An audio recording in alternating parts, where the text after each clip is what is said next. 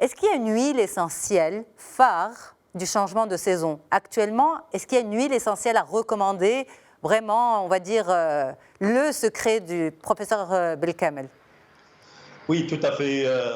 Déjà, je dois, si vous permettez rapidement, quand on parle d'huile, il y a deux types d'huile. Il y a les huiles dites végétales fixes, comme l'huile d'argan, l'huile d'olive, etc. Ce sont des huiles riches avec les acides gras et qui ne sont pas volatiles. Et il y a les huiles essentielles qui sont obtenues par distillation, par entraînement à la vapeur d'eau, donc la lavande, le romarin, etc. Concernant les huiles essentielles, oui, il y a en ce moment des huiles essentielles que je préconise et que j'utilise, mais attention, attention parce que là, il faut vraiment que les spectateurs, les auditeurs, il faut qu'ils comprennent parfaitement qu'on ne peut pas aller prendre n'importe quelle huile sans avoir un conseil avant. Il faut faire appel à des conseils. Malheureusement, ce sont des produits qui circulent partout, qu'on retrouve partout chez les herboristes et qui ne sont pas des vraies huiles essentielles.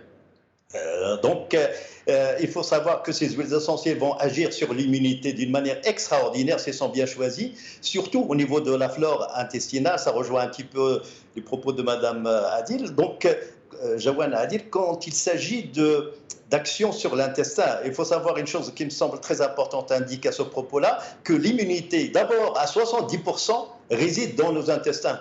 Et ça, c'est très important parce que la flore intestinale qui pèse à peu près disons une moyenne dans l'intestin qui pèse 2 kg chez un adulte. Et donc c'est une partie extrêmement importante qui joue différentes choses, différentes actions, mais qui va jouer un rôle dans l'immunité. D'abord en éliminant les toxines, si on s'alimente correctement. Mais alors, ça veut dire quoi, le lien entre justement notre système digestif, entre nos intestins et les huiles essentielles? Si on peut apporter l'information de façon un petit peu plus simple.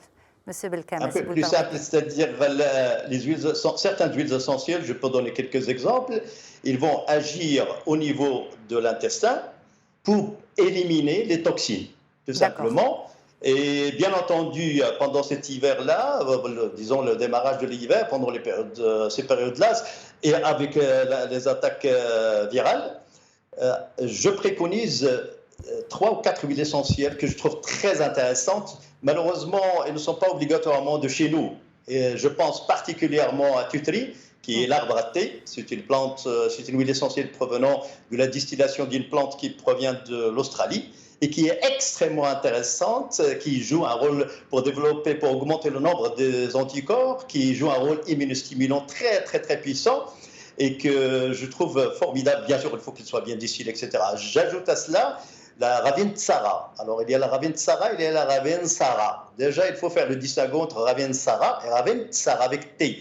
La Ravintsara, aujourd'hui, c'est l'huile numéro 1 qui est utilisée pour tout ce qui est viral. Je ne suis pas là pour dire que je préconise cette huile contre Covid-19. Non. Je parle des actions qui sont étudiées, qui ont été révélées scientifiquement, mais pas sur le Covid-19 où il y a encore pas mal de recherches. Mais l'action virale, antivirale, très puissante, vraiment très intéressante avec la Ravintsara qui joue un rôle aussi même au niveau pulmonaire.